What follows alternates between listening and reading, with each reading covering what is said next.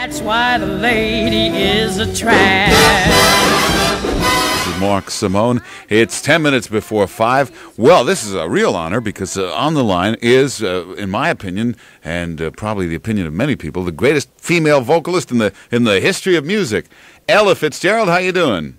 Oh, hi, but don't build me up that much, sweetheart. No, absolutely, definitely. Oh, no, there's so many great singers, That's what we live for all of us. Everyone is happy when they come home, and I was home, and it just makes me feel good. Well, there's a lot of singers you could be interviewing, and you could say you're the greatest and this and that. But when you're talking to Ella Fitzgerald, you really can say it and mean it. No, I appreciate you saying that, but I'm not an opera singer. There are all kind of singers. Yeah, and you're better than all of them. Oh, no. Why are you arguing? It's true. Oh, please. Don't speak of my ladies like Leah Tone Price and all of those ladies. Very. Peggy Lee and all those ladies. Very gifted, but Ella Fitzgerald can sing better. No. I disagree with you. Well, that's you.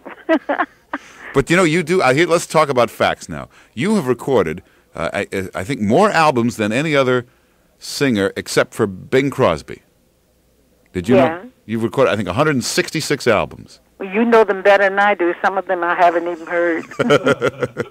Now, how could you record an album and not hear it? I mean, you would never sit around and listen to one of your own albums? You want to know something? The other day at home, I was sitting here, and I happened to see a CD, and I said, gee, this is strange, and I put it on, and it was the Rodgers and Hart. And we made it many years ago. 1956. And you see that?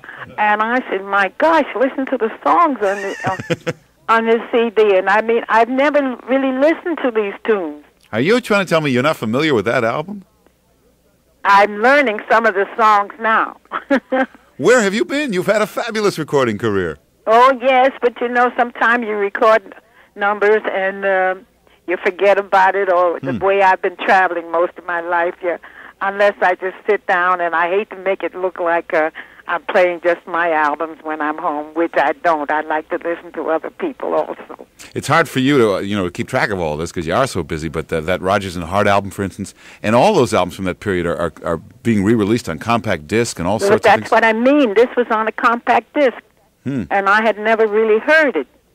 It's a terrific album. You also made, at that same time, you made a couple of great albums with Louis Armstrong.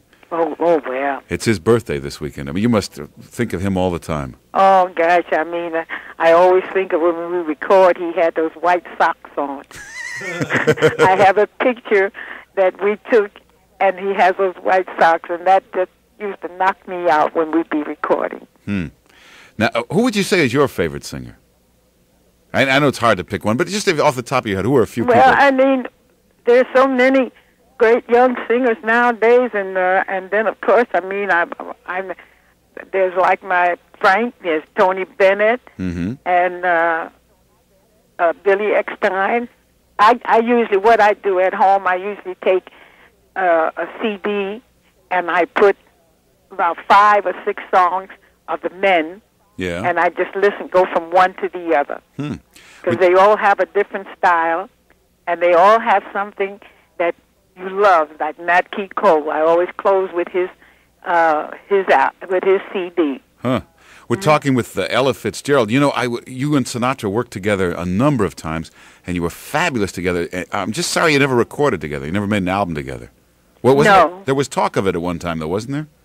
Yeah, but I don't know. I see he worked for one company, and I worked for Norman, and I guess they just couldn't get together. Now, I know so much about your recording career, but so little about you personally. I mean, I don't even know. If you're more married, if you have kids. Yes, I have a son. Yeah. And somebody's trying to get me to write a book. I'd like to write about the things when I was growing up. Yeah. I think that would be so nice and inspirational to some of the singers and some of the kids of the day because, I wasn't born with a spoon in my mouth. Or that expression, born with a spoon in your mouth. And I like to let them feel that it can happen. And sometimes it takes time, but you have to have patience. I mean, is there currently a man in your life? Is there currently a man in your life right now? Well, my gosh, if there wasn't a man in my life, I mean, what good am I?